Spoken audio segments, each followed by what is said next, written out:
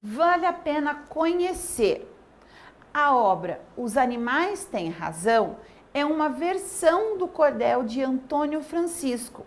Com lindas ilustrações, o livro apresenta a história de um jovem que dormiu debaixo de uma árvore chamada Juazeiro e sonhou que os animais estavam discutindo a respeito da degradação feita pelo homem na natureza. Então aqui é uma sugestão de leitura para vocês de cordéis também. Vamos ver aqui o que o nosso livro, como que o nosso livro define e vai nos explicar um pouquinho mais sobre o poema de cordel. Vamos ver aqui. O poema de cordel, ou simplesmente cordel, é um texto escrito em versos com ritmo e rimas bem definidos.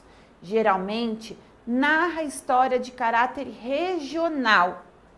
Esse poema rimado é originário de Portugal, onde era apresentado pendurado em cordas, chamado cordéis. No Brasil, esse tipo de texto é normalmente ilustrado por xilografura, gravuras em madeira, sendo famoso principalmente nas regiões norte e nordeste do país. Então a xilografura, ela é como se fosse carimbos, certo? A pessoa faz o desenho em madeiras e aí pinta como se fossem os carimbos, vai carimbando nas folhas de uma maneira mais artesanal, mais rústica, tá? Nós vamos continuar vendo um pouquinho sobre isso no decorrer também. Outro gênero poético bastante difundido nas regiões norte e nordeste do Brasil é o repente. Você já ouviu falar no repente? Sabe o que é? De tradição oral. O que é a tradição oral que eu já expliquei? É aquela que é falada, certo? Que é dita. De tradição oral é geralmente acompanhado de viola e consiste em um duelo entre dois poetas que testam a capacidade de criar poemas improvisados, respeitando o ritmo e o tamanho dos versos. Então veja que legal, o repente é como se fosse uma disputa. Existe uma pessoa com a sua viola e o outro com a sua viola também. Normalmente usa-se a viola, tá? Então começa a fazer com rimas num ritmo e o outro tem que responder o que o primeiro começou, também em ritmo, usando a sua viola, rimando e respondendo. É uma disputa muito legal. Se você não teve a oportunidade de ver, procura aí na internet vídeos que mostrem repentes. É bem divertido, pessoal. Existe ainda a embolada. Menos rígida no que se refere à medida dos versos, ela também é baseada na arte do improviso, porém é acompanhada por outro instrumento. Então veja, o repente se usa a viola e a embolada usa-se o pandeiro. Ela também é como se fosse uma disputa, certo? Então usa-se lá. Ela também é bastante na arte do improviso, porém acompanhada do pandeiro ou ganzá. Qual que você costuma conhecer mais, como pandeiro ou como ganzá? Nas emboladas, as composições costumam ser mais engraçadas, pois um embolador busca fazer piadas sobre o outro assunto. Enquanto aqui, no repente, um vai respondendo o outro, na embolada também existe essa resposta, só que essa resposta é dada num ritmo fazendo piada com o outro, certo? Fazendo brincadeiras para tornar a situação divertida. Então, olha lá, a xilogravura dá capa às imagens ilustrativas do cordel, que é um tipo de arte de desenho um pouco diferente. Observe com atenção as imagens a seguir. Então veja bem aqui o tipo de desenho, né, que forma Lembra que nós vimos bastante que o que? A literatura de cordel fala principalmente sobre questões relacionadas às situações do cotidiano nordestino brasileiro, não é? Então, olha lá o desenho. Nós podemos ver aqui o cacto, que remete que a situações relacionadas à seca, à falta d'água, ao acordeon, a segunda imagem aqui, né, um instrumento musical. Olha aqui, o acordeon, que principalmente é muito utilizado em ritmos musicais como o forró, o chachado, músicas mais tradicionalmente ouvidas no Nordeste e Norte brasileiro. Inclusive aqui na primeira imagem, se vocês olharem bem aqui, olha, o sol parece estar fazendo uma carinha de mal. Ai, vou esquentar vocês. Olha lá que o sol muito forte, com a terra seca. Repara lá a quantidade de cores que se utiliza, o formato dos desenhos. Olha que a terceira imagem aqui já utiliza o amarelo, não ficou só no preto e branco, né? Será que está remetendo a uma festa junina, mostrando aqui uma igreja, a fogueira? Repare que a seca novamente está presente nessa terceira imagem. Olha lá, o cacto, que é uma planta típica de regiões mais secas, né? Aqui nós temos as bandeirinhas, um balão. Está representando que parte do dia? O dia ou a noite será? À noite, porque podemos ver a lua, as estrelas, né? Na segunda imagem também, será que é o dia ou a noite? O que vocês acham? Ou está mostrando uma paisagem ali, querendo enfatizar mais o instrumento musical? Na quarta figura, na quarta imagem, a gente vê aqui um casal dançando. Será que eles estão dançando músicas típicas de festa junina? Como as bandeirinhas, aqui é o fundo, o balão. Olha novamente aqui, plantas típicas de regiões secas. Aqui também nos remete o que? A noite. Podemos ver estrelas, a lua, um céu mais escuro. Aqui já vemos o que? A cor azul aparecendo, né? Então percebam que assim, não é uma imagem muito colorida, com muitas cores. Aqui nós estamos vendo sempre duas cores, branco e preto, azul e preto, amarelo e preto. Será que existem xilogravuras coloridas? Fica aí para vocês pesquisarem também depois, hein? Vamos ver então aqui como é que funciona essa técnica. Todas essas imagens foram criadas com a técnica da xilogravura. Nesse método, o desenho é gravado em uma chapa de madeira, geralmente cedro, pinheiro, umburana ou outra madeira macia. Então veja aqui na imagem ao lado, pessoal, acompanha aqui com a mãozinha do mouse mostrando, ó. A pessoa faz o desenho lá na madeira, estão vendo aqui? E se usa sempre madeiras mais macias, que consiga, não que a madeira seja macia como o algodão, por exemplo, né? Mas que eles querem dizer que é mais fácil para manipular, para poder conseguir fazer o desenho na madeira. Então são alguns tipos mais específicos aqui. E aí nós vamos para, o número 2. Em seguida, aplica-se tinta com rolo de borracha na chapa de madeira em que o desenho foi gravado.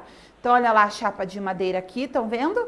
Aí a pessoa passa tinta, ó. Por isso que normalmente é de uma cor só, tá vendo? Passou a tinta e depois que passou a tinta, vai fazer o quê? Como se fosse, que nós vimos, um carimbo. Então, olha aqui o número 3, aparece o desenho na folha ou no local onde queira que apareça, né? Por último, coloca-se a gravura em contato com o papel ou com outra superfície que será ilustrada. É possível ilustrar inúmeras vezes com a mesma gravura, bastando reaplicar a tinta. Ou seja, eu posso reaproveitar o desenho da madeira? Com toda certeza, eu só tenho que passar o quê? Mais tinta. Então, perceberam aí que essa técnica é uma técnica mais rudimentar, digamos assim, né? Se faz o desenho na madeira e como que eu passo para o papel ou para o outro local que eu queira que ela apareça? Como se fosse um carimbo. Vamos ler aqui, ó. Repare a imagem, a xilogravura. Um calangro, alvo e bonito, indo na flor da idade, namorou a lagartixa, cascuda sem qualidade. Mas ele achou-a bonita e deu-lhe um beijo de amizade. Será que estamos falando aqui sobre uma situação de amor, por exemplo, entre como se fosse a Bela e a Fera, aquela história tradicional, conhecida aí por muitos? Olha o tipo da imagem, a xilogravura, as cores aqui, ficou o preto e o branco mais marcado, não é? Quantos versos tem esse poema, pessoal? Vamos contar juntos aqui? Lembrando que os versos são o quê? Cada linha do poema. Vamos ver quantos versos tem. 1, 2, 3, 4, 5, 6 versos. Muito bom. Vamos ler novamente o poema? Então lá, dando agora uma entonação maior que nós já lemos e conhecemos. Vamos ler em voz alta comigo. Um calangro alvo e bonito, ainda na flor da idade, namorou a lagartixa, cascuda sem qualidade, mas ele achou-a bonita e deu-lhe um beijo de amizade. Legal, né? Você sabe o que é um calangro? Já ouviu falar nesse animalzinho? Se ele namora uma lagartixa e pela xilogravura a gente pode ver que eles são meio parentes, será? Talvez você conheça como calango ou ainda como lagarto. Eu particularmente conheço como lagarto. Calango eu também já ouvi falar e saberia o que é. Agora eu confesso que calangro eu até então não conhecia por este nome. Vamos lá. Olha a imagem dele aqui, como que é. Tá vendo? E aí? E a palavra inda, você conhece? Quando ele diz aqui, ó, um calangro alvo e bonito, inda na flor da idade. O que será que quer dizer esse inda na flor da idade? Talvez você conheça sua variante ainda. Muito bem. Porém, por que essas palavras podem ser usadas de diferentes formas? Então veja aqui, ó. Se eu tirar o inda e colocar o ainda, para dar sentido à frase do mesmo jeito. Ainda na flor da idade. Quem que tá na flor da idade ali? O calangro. Tudo bem. Nossa língua é falada por mais de 200 milhões de pessoas. Como todos somos diferentes, a maneira como usamos a língua também é. Então veja que aqui fala-se muito, inclusive, sobre a questão do regionalismo, sotaques, formas diferentes de falar, certo? Então, como será que você chama aí na sua região um alimento que é bem comum, ter vários nomes? O aipim, mandioca, macaxeira. Que outro nome mais você conhece? Existem a questão do regionalismo, sotaque, a forma de se referir a alguns objetos e alimentos, né? Mão na massa. Vamos analisar aqui um pouquinho, conversar. Analise as opções abaixo e responda as perguntas propostas. Para que você usa a língua portuguesa? Para que você usa a língua portuguesa? Para conversar? Para cantar? Para brincar? Para trabalhar? Mandar e-mails? Estudar? Ler piadas? Ver filmes? Fazer compras? Viajar?